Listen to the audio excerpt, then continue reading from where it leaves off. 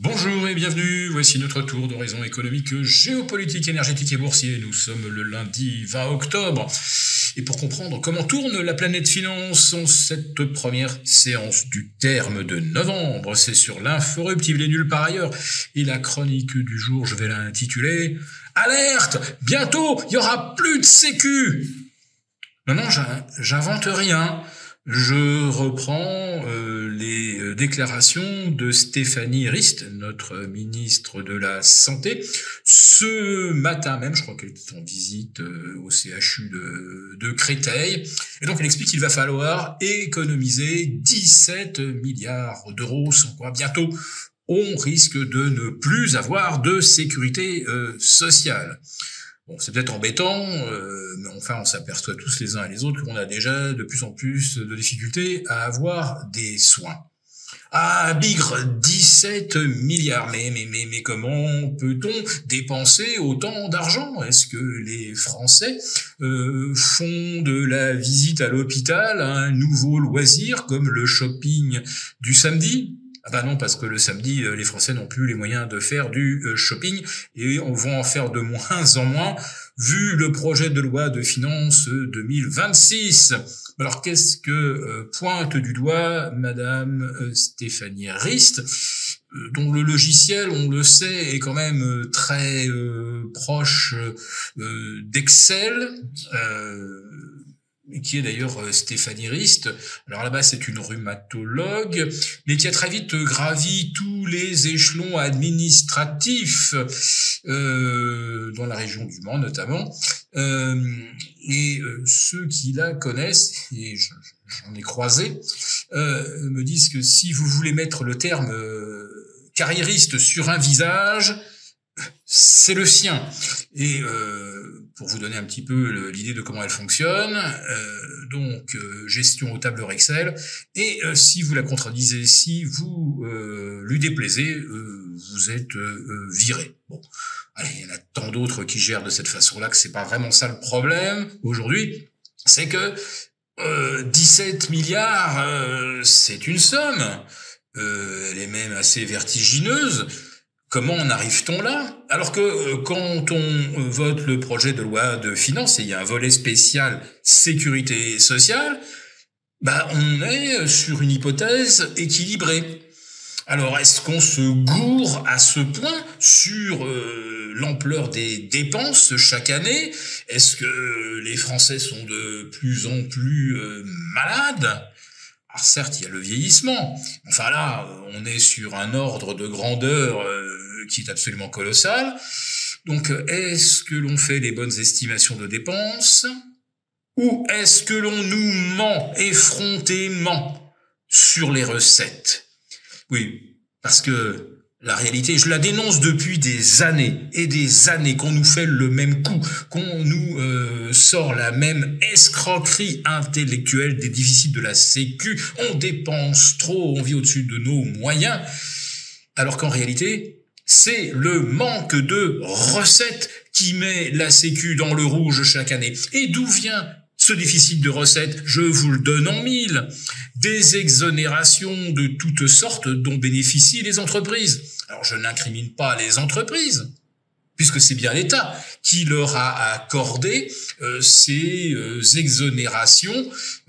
La liste est tellement longue que je m'en sortirai pas. Enfin, sachez quand même que dans, allez, on va dire les 200 milliards que l'on considère comme étant des remises, des ristournes sociales et fiscales, vous avez les 17 milliards de la Sécu.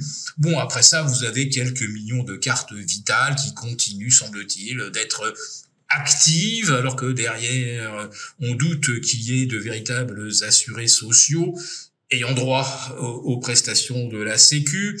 Il y a évidemment les soins accordés, et on peut s'en enorgueillir, pourquoi pas, hein, que l'on accorde à des gens qui viennent de l'étranger, souvent pour accoucher ou pour être traités d'un diabète sévère.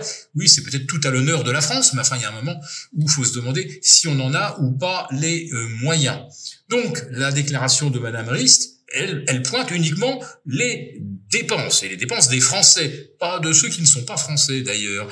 Et elle ne dit pas un mot, évidemment, du problème des recettes qui n'arrivent pas tous les ans. Et tous les ans, on nous dit 13 milliards, 14 milliards, 15 milliards de déficit. Et à chaque fois, c'est exactement les mêmes causes qui produisent les mêmes effets. Voilà. Donc, on a là, au ministère de la Santé, une carriériste absolue, une macroniste triple couche.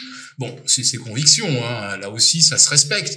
Mais enfin, il faut savoir que aujourd'hui, macronisme, c'est un petit peu synonyme d'aveuglement idéologique.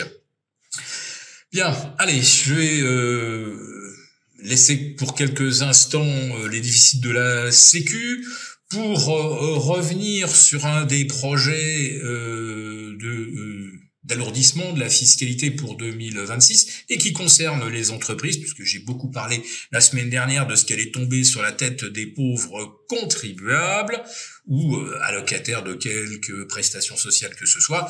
Oui, là on a aussi la remise en cause des plafonds d'exonération de déclaration de la TVA pour les petites entreprises, les micro-entreprises, les auto-entrepreneurs.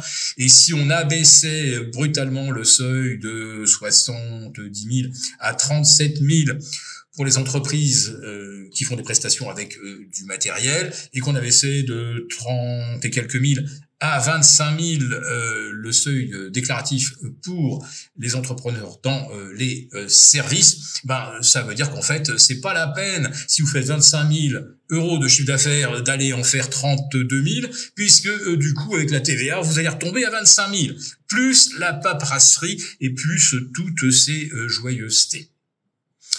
Bon, vous m'attendez certainement aussi sur la dégradation de la note de la dette française. Donc là, on en revient effectivement à la problématique des déficits, mais le timing quand même interpelle. Standard & Poor's s'est prononcé 6 semaines avant son tour. On attendait son verdict fin novembre. Bon, on n'avait aucun doute, évidemment, sur le fait qu'il y aurait une dégradation. Mais là, le timing interpelle.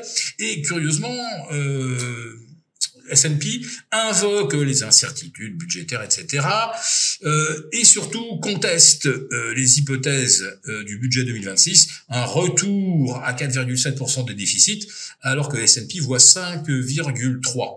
Alors, il est clair que les hypothèses de croissance sont certainement surévaluées, et surtout les hypothèses de recettes fiscales et notamment de TVA, parce que avec le coup de massue qui s'annonce sur le pouvoir d'achat, vous pouvez être à peu près certain que les Français vont beaucoup moins consommer et faire attention. Voilà, enfin ceux qui ont encore la possibilité d'ajuster leur budget. Pour ceux qui sont déjà dans le rouge le 15 du mois, évidemment, qu'ils se débrouillent. Voilà.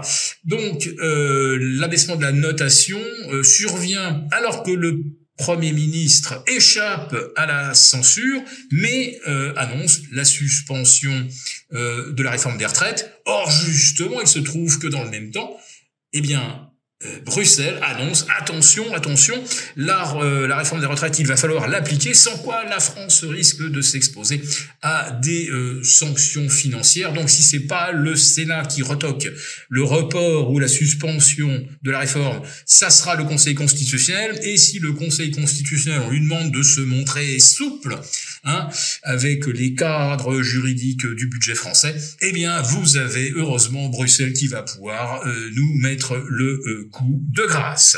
Pour vous remercier de votre fidélité, vous pouvez télécharger gratuitement notre rapport spécial qui contient 5 valeurs à fort potentiel détectées par nos experts et qui sont toutes éligibles au PEA.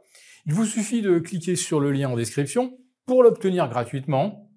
Merci et à bientôt. Merci beaucoup d'avoir regardé cette vidéo. N'hésitez pas à réagir dans les commentaires ou à liker et partager cette vidéo si le contenu vous a plu. Et pour ne rater aucune de nos prochaines émissions, vous pouvez vous abonner à notre chaîne et activer les notifications. Et pour plus de contenu, n'oubliez pas que le dernier rapport rédigé par nos experts est accessible en cliquant sur le lien de description. On se retrouve tout de suite dans les commentaires et je vous dis à très bientôt pour une prochaine vidéo.